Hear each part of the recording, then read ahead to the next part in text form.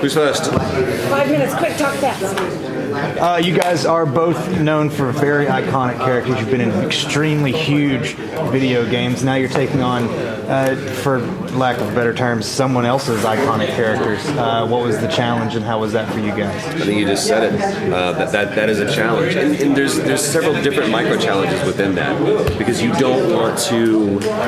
It doesn't want to be a, Roger doing an impression of Kevin and Troy doing an impersonation of Mark.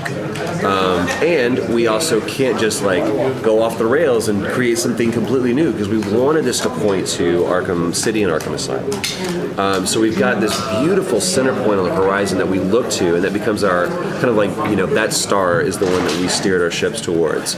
But within that, there's a whole other journey to explore. And there's a huge, the Batman mythology and the Batman mythos is so rich and so stable that you can explore it. They've even done the reboot that was Batman, I can't remember, where it was completely juxtaposing the characters. Mm-hmm. And it's strong enough and stable enough, and we've got such a great writer and a great director within Eric Holmes and Amanda Wyatt, that both care so much about the franchise that we could explore that space safely, and they set us up beautifully.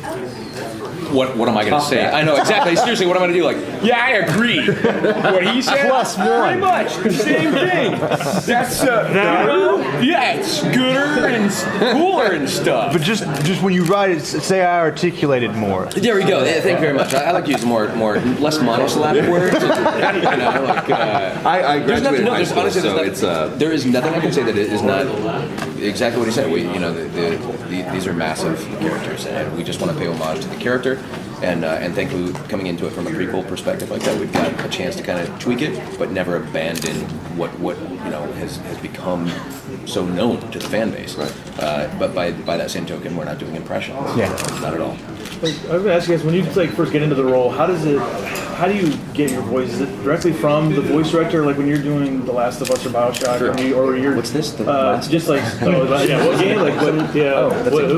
that rock you live in. And then if you're doing, Captain America, where do you get your voice from? Where do you find that? With this, again, you want to approach every character as its own thing, and then this is the only thing you're working on, and you're single-minded.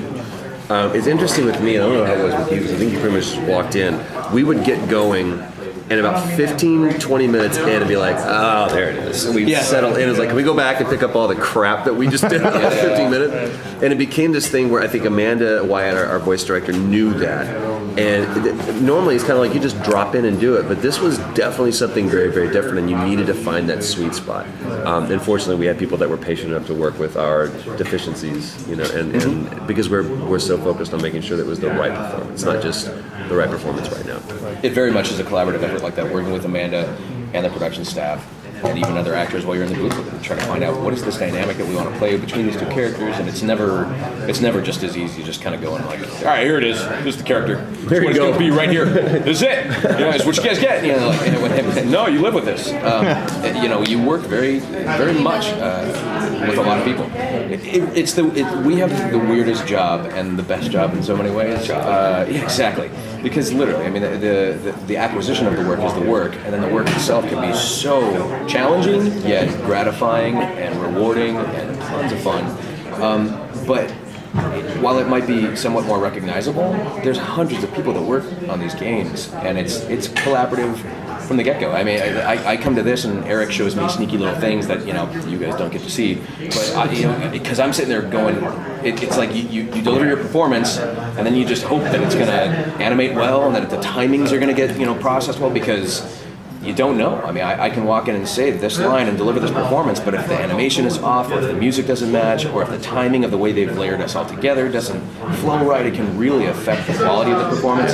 And so it's a ton of people that make Batman. It's not just the voice, it's not just the writing, it's everything. So it's a strange thing to be sitting here when there's so many people that are responsible we're for more the characters. frontlining that for them, but there are, like you said, there's so many people behind that, and each and every individual that's on this has such a love and respect for the property, and that's what really, really comes through.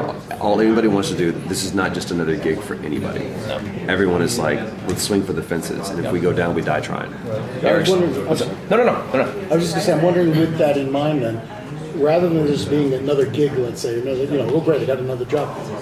Personally speaking, is there something cool, or I don't know what the right word would be, that's part of a legacy now that from now on, you are now part of this legacy as it goes forward? Yes.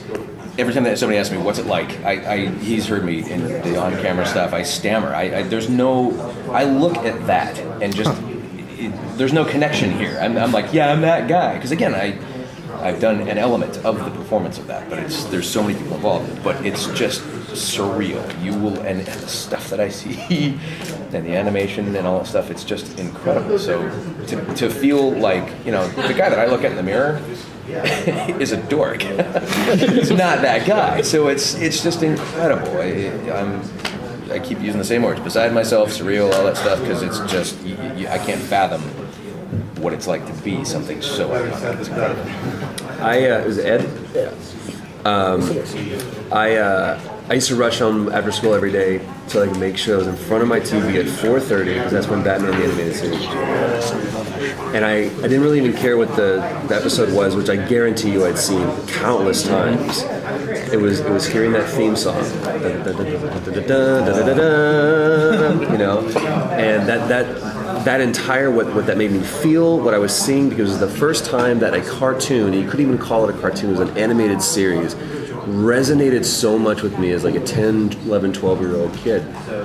And you didn't have TiVo, you didn't have on demand, you didn't even have any kind of hard format that you could go to the store to get. You had a VCR that you had to kind of like stick a little piece of paper in there, and you get the wavy lines on the side, a little snowy, you had to mess with the tracking, which no kid is ever going to know what tracking is.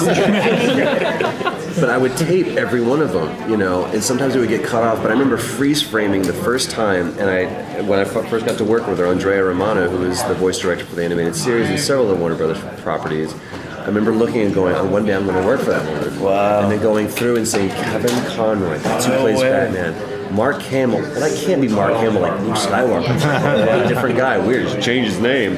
This is before IMDb, but that's when I knew that this is what I wanted to do. And there's no way that 10-year-old kid would ever dream that he'd be sitting at this table looking at that, sitting next to this guy talking about being involved with it. So a dream come true is way too cliche for something like that. But yeah, it's not just another job.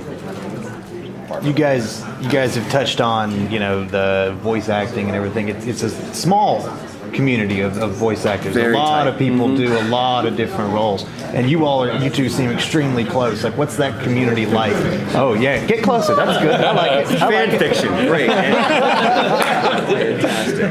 What's that community like? Twitter just exploded. Did you guys feel that? It's true. We always knew it to be so. It's awesome. It's such a there's so many projects that we've gotten a chance to work on, and we're all like very good friends. There's something about maybe I've never done any on-camera work, but I see comparisons and I hear stories from people who kind of live in that world, and it's much more competitive and it's a little more cutthroat. And the nice thing is I can remember leaving the audition with Amanda and for this role, and I left. And I sent a text message to the director and I said, tell me you brought Troy in on this. He's perfect for this role. And she just kind of like responded with that, well, funny thing about that, because he had already been cast. Yeah. I did not know this. And she was like, yeah, he's already involved in the project. And I was like, oh. And we all kind of operate that way. It's everybody's good friends. We have way too much fun working together. I think we did a few scenes together in this where they sort of booked us at the same time, and then that ended relatively quickly there because I think Amanda was tired of babysitting us. Yeah. You can imagine the a lot of fart sounds. A lot of fart sounds with the hands, I should say. Yeah, there goes Batman for you. Sorry. I feel like the luckiest guy on earth to be in this industry, and we're just always sort of like looking at one another with amazement, like, can you believe what's going on? Like, holy cow. And we all get along and are thrilled for one another's success. Because we all go out for the same roles very often, and it's like, you booked that? Nice. Way to go, dude. Cool. I can't wait to play it. Yeah, exactly. At gonzobeat.com. I'm so sorry. I've hit the piano. I have a bunch of Okay, yeah, I understand. Sorry, guys. Thanks so much, guys.